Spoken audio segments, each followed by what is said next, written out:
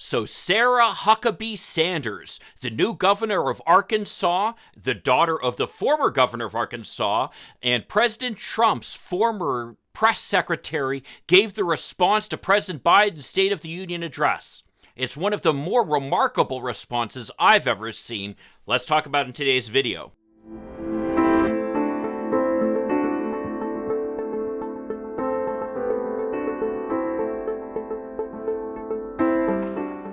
Hi, I'm Mike Greiner. I'm a lifelong Democratic activist who's concerned about the direction our country is taking. I'm also a lawyer and an academic, and I'm here to help you stand up to the BS of the MAGA crowd. So Sarah Huckabee Sanders was an interesting choice to give the Republican response to President Biden's State of the Union address. On the one hand, she's a young governor. A mother, seems to represent the future. And yet, she was also President Trump's main spokesperson during much of his administration, producing a record of lies and misrepresentations that really can't be duplicated by just about anybody. So how'd she do on the response? Well, let's check it out. President Biden and I don't have a lot in common. I'm for freedom. He's for government control. Okay, let's start with this. It's certainly true that they don't have a lot in common because President Biden happens to be someone who's generally a decent person who tries to do the right thing and tries to be honest, whereas Sarah Huckabee Sanders has no compunction about lying. That's been made clearly evident. In terms of being for freedom versus government control, it sure is interesting that they say that when they're trying so desperately to control women's bodies. But let's not even talk about that, right? Let's keep watching. At 40, I'm the youngest governor in the country. And at 80, he's the oldest president in American history. You know, I think it's just worth pointing out that when Trump was president, he was the oldest president in American history. And when Ronald Reagan was president, he was the oldest president in presidential history. Both of them ran for re-election without anybody raising any red flags. Let's keep watching. I'm the first woman to lead my state, and he's the first man to surrender his presidency to a woke mob that can't even tell you what a woman is. Whoa, whoa, whoa. Now this just shows what this is all about. This is just an appeal to the red meat of the Republicans. She's like all proud, I'm the first woman governor of my state. And then she goes off and does this ridiculous thing about a woke mob. Now, Joe Biden might be a lot of things, and I can certainly respect people who might disagree with him. Frankly, I've disagreed with some things that Joe Biden has done. I've actually put videos up saying that. But to call Joe Biden someone who has surrendered to a woke mob? I mean, Biden, by his nature, is a guy who likes bipartisanship, who considers Mitch McConnell a friend, for crying out loud. Does Biden really seem like some wild-eyed radical? Well, I guess she's not painting him as a wide-eyed radical. She's kind of trying to imply that he's so weak he's letting the wide-eyed radicals take over. But I don't think that's really been evident in his policies. I mean, his State of the Union address, for the most part, was a remarkably moderate speech, focused primarily on improving the economic conditions of working people across the country. This was not some clarion call for radical wokeism, and it just shows the weird reality that Republicans are constructing that she tries to make it seem that way. Let's keep watching. In the radical left's America, Washington taxes you and lights your hard-earned money on fire. Okay, wait a minute. Let's just remember here that 25% of the national debt was incurred under her former boss, Donald Trump. And that's a claim that is not disputed by the Washington Post in their fact-checking of President Biden's State of the Union speech. So I love when these Republicans try to position themselves as being all about fiscal conservatism when they were whittling and frankly supporting President Trump while he was burning down the place and spending money like a drunken sailor, but instead of giving it to everybody, just giving it to the very wealthy. Let's keep watching. But you get crushed with high gas prices, empty grocery shelves, and our children are taught to hate one another. Has she been to a grocery store recently or to a gas station? Gas prices are pretty low, actually, overall, especially when you look at them on a historic basis. What's more is there's no issue with the supply chains anymore. That was a brief blip as a result of the COVID pandemic and the shutdowns. Yes, there's a bit of an issue with eggs right now, but, it's a minor issue. It's going to be resolved. But everything else is pretty much good to go. Again, it just shows this weird reality that they've constructed. Let's keep watching. On account of their race, but not to love one another or our great country. Okay, let's be clear about something here. This was in my inbox today. And of course, I'll link to everything down below. This was from Popular Information detailing an effort in Mississippi, a neighboring state to Sarah Huckabee Sanders' state, and a state also controlled entirely by Republicans. What are they doing there? Well, they're essentially trying to make it so that the people of Jackson, Mississippi can't elect their own judges and leaders. Now, why would that be? Could it be because Jackson, Mississippi is largely a black city? I've got news for her and her fellow apologists for Donald Trump. Anybody who says that the Republicans are better on race relations than the Democrats are just kidding themselves. Let's keep watching. Whether Joe Biden believes this madness or is simply too weak to resist it, his administration has been completely hijacked by the radical left. Okay, let's see some specifics here. What are you actually going to talk about? And we'll fact check them a little bit. The dividing line in America is no longer between right or left. The choice is between normal or crazy. Now, I agree with that, by the way, but watching the State of the Union speech, you couldn't help but wondering who was normal and who was crazy. I mean, after all, who was calmly presenting a speech that seemed to be inclusive and have a positive vision for America, and who were yelling liars and making catcalls in the audience?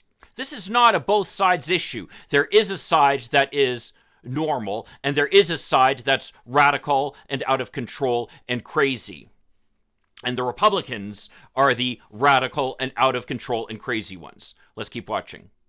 It's time for a new generation of Republican leadership. Upon taking office just a few weeks ago, I signed executive orders to ban CRT, racism, and indoctrination in our schools. That's great. I mean, let's stop something that doesn't exist to try to score political points. Okay, good for you, Sarah Huckabee Sanders. You're obviously doing your best to try to position yourself for your own future candidacy for president like your father. Let's keep watching.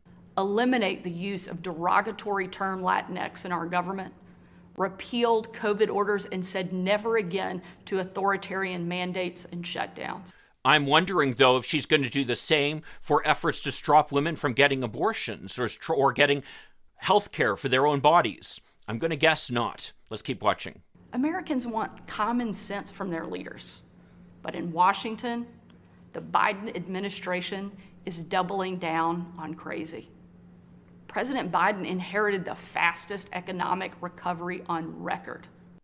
Okay, I'm calling BS right there. Just a reminder, setting aside all the arguments as to who is creating more jobs, whether it be Obama or Trump during their presidencies, and generally speaking, the data, by the way, says that more jobs were created during the Obama administration than the Trump administration.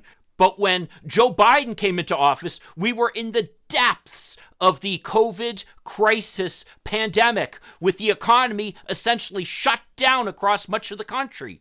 I mean, here's an article from that radical left-wing magazine Fortune talking about how the Trump administration fumbled its response to the COVID crisis. So don't tell me about how Joe Biden had some great economic boom when he came into office. He was following the typical pattern that we have of Republicans taking an economy that was doing pretty well and putting it in the toilet, and a Democrat then being elected to get things back on track. That's what happened with Obama, that's what happened with Clinton, and that's certainly what happened with Biden. Let's keep watching. The most secure border in history. Okay, the most secure border in history. Again, I'm calling BS. This is an issue I've talked about in multiple videos, how the Republicans have been able to create this fake narrative about some border crisis, when the basis for their claims are the fact that the administration's arresting a lot of people at the border. So if they're arresting a lot of people at the border, that doesn't mean that they're not enforcing the law, does it? But what's more is the fact they don't want you to know is that this border crisis actually started under the Trump administration, and it's been something that the Biden administration has had to deal with. I mean, check out this headline right here. It may seem ironic, but even as it carried out the cruelest anti-migration policies in decades, the Trump administration presided over the largest flows of migration at the U.S.-Mexico border since the mid-2000s. As always, I'll link to all the sources I have down below. But this report is damning here about the Trump administration and the mess that they left the Biden administration at the border. And then they turn around and blame the Biden administration for trying to clean up a mess. Typical Republican approach. Let's keep watching. Cheap, abundant, homegrown energy.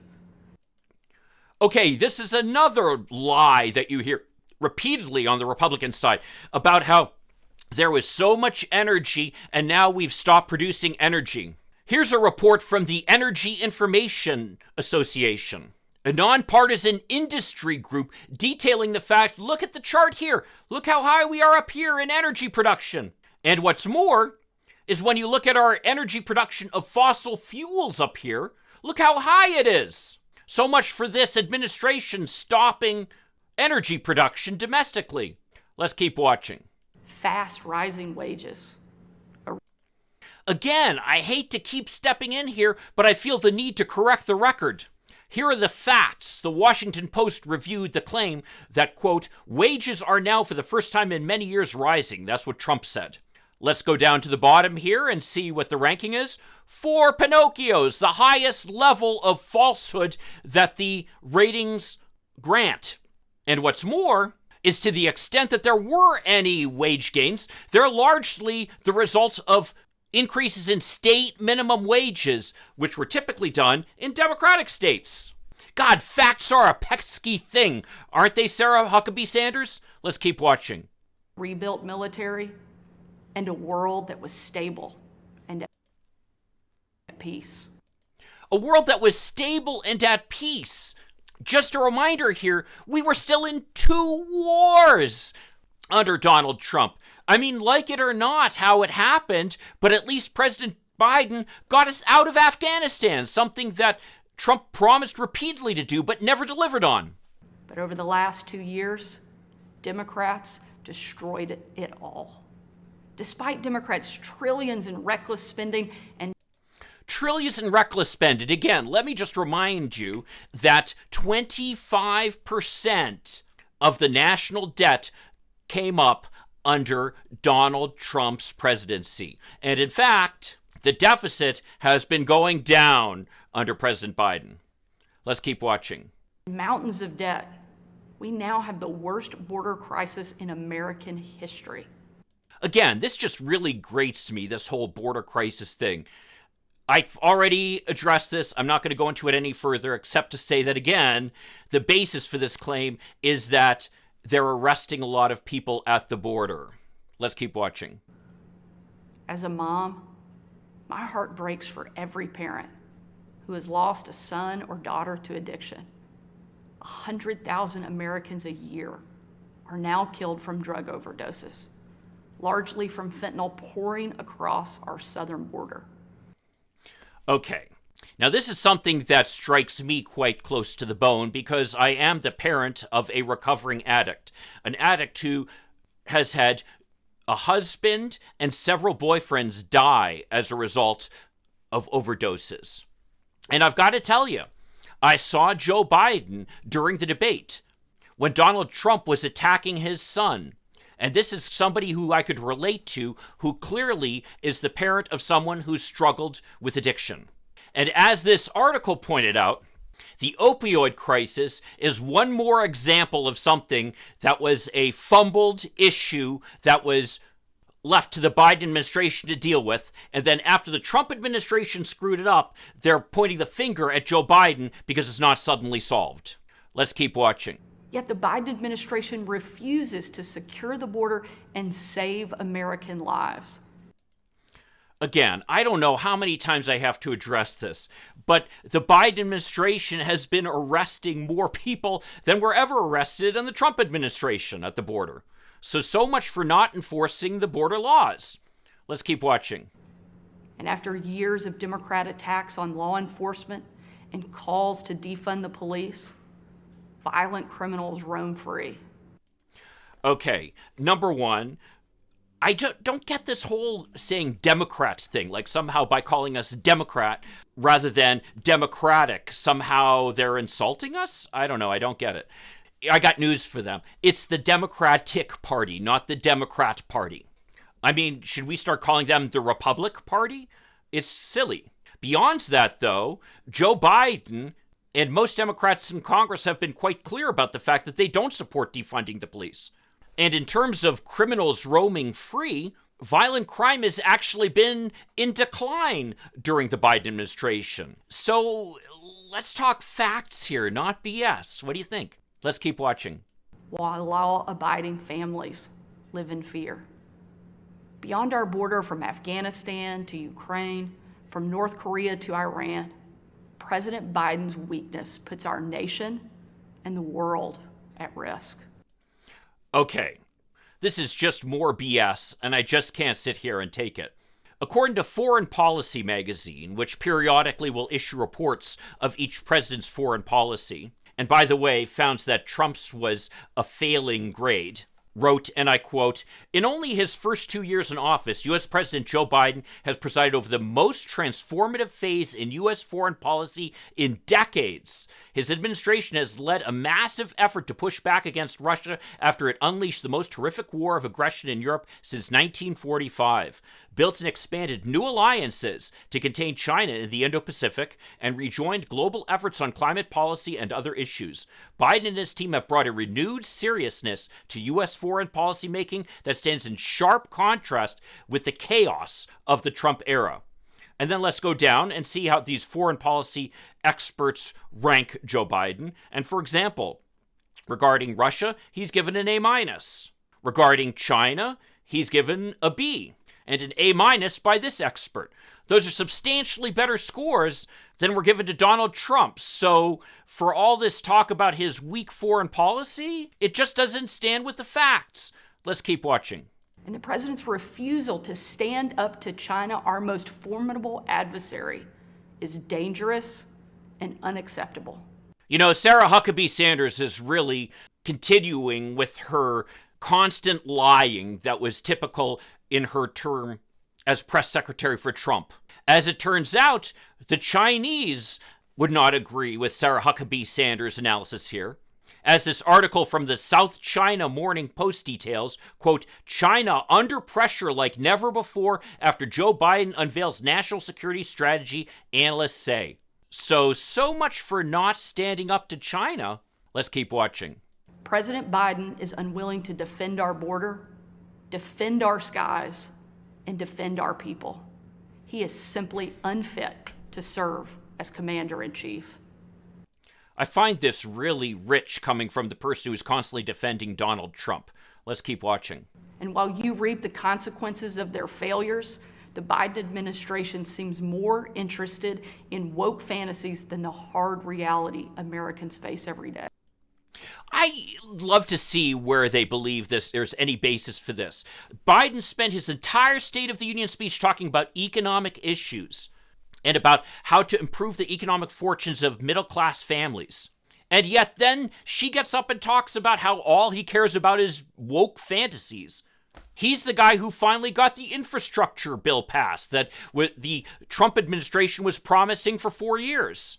And as it turns out, our unemployment rate is actually lower now than it was during the Trump administration. So where do they come up with this that he only cares about woke fantasies? It just doesn't jibe with the facts. Let's keep watching. Most Americans simply want to live their lives in freedom and peace. Yeah, I agree with that. I think most women would like to have government out of their bedrooms, don't you think? Let's keep watching. But we are under attack in a left-wing culture war we didn't start and never wanted to fight. Every day we are told we must partake in their rituals, salute their flags, and worship their false idols. All while big government colludes with big tech to strip away the most American thing. All right, so this is where it really hits the road. And this is really what is going on in America right now, which is that America's being transformed. We are not going to be this 1950s vision of a white society anymore. This is going to be a diverse country where most Americans believe that everyone should be able to just live and let live. That if you want to love someone who's the same gender as yourself, that's fine. If you need to change your own life, that's fine too. You do you, and I'll do me. And I find it especially rich too, where they talk about us wanting them to salute our false idols when they're the ones who are trying to impose Christianity on everybody. This is just so much projection, which we see so often among Republicans. Let's keep watching here. There is your freedom of speech. That's not normal. It's crazy, and it's wrong. All right, so in terms of imposing on freedom of speech, just a reminder here, there's only one group that is actually trying to ban books in America, and it's not the left. It's not Democrats. In fact, it's become kind of an article of faith among Republicans. But what's more, their deepest claim that somehow the left and our allies in tech world are somehow censoring conservative voices just doesn't stand up under scrutiny. I mean, here we have where Twitter officials have actually been called in front of a congressional committee looking for evidence of conservative voices being silenced. And what do they find out?